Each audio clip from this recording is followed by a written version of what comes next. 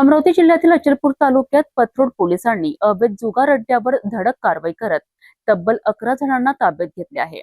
या कारवाईत 4 मोटरसायकली, एक चारचाकी वाहन, मोबाईल फोन, रोख रक्कम आणि इतर साहित्य असा तब्बल 11,71,300 रुपयांचा मुद्देमाल जप्त करण्यात आला आहे। नेमकी ही कारवाई कशी झाली आहे बघूया सविस्तर रिपोर्टमधनं। अमरावती जिल्ह्यातील पथरोड पोलीस स्टेशनच्या हद्दीतील शिंदी गावात सुरू असलेल्या जुगार अड्ड्यावर पोलिसांनी धडक कारवाई केली आहे। पोलीस अधीक्षक निकेतन कदम यांच्या आदेशानुसार अवैध धंद्यांविरोधात सुरू असलेल्या विशेष मोहिमेदरम्यान पोलिसांना गोपनीय माहिती मिळाली होती की शिंदी येथील एका घरात मोठ्या प्रमाणावर जुगार सुरू आहे। माहितीची खातरजमा करून पोलीस पथकाने पंचांच्या उपस्थित घटनास्थळी छापा टाकला। या कारवाईत एकूण 11 जण जुगार खेळताना आढळून आलेत। सर्व आरोपींना पोलिसांनी ताब्यात घेतले असून त्यांच्या विरुद्ध गुन्हा दाखल करण्याची प्रक्रिया सुरू आहे।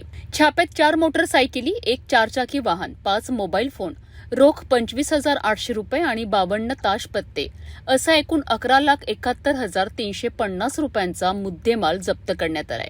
ही कारवाई पोलीस अधीक्षक निकेतन कदम, अप्पर पोलीस अधीक्षक दत्ता तोटेवाड आणि उपविभागीय पोलीस अधिकारी सुनील हुड यांच्या मार्गदर्शनाखाली पथरोड पोलीस स्टेशनचे ठाणेदार अभय चौथणकर आणि त्यांच्या पथकाने यशस्वीरित्या पार पाडली आहे।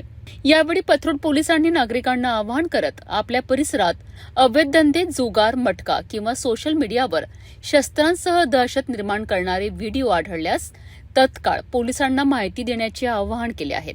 अवैध धंद्यांविरोधात पथरोड पोलिसांची ही मोठी कारवाई मानली जात असून अशा कारवायांमुळे गुन्हेगारींवर आळा बसण्यास मदत होणार असल्याचे बोलले जात आहे।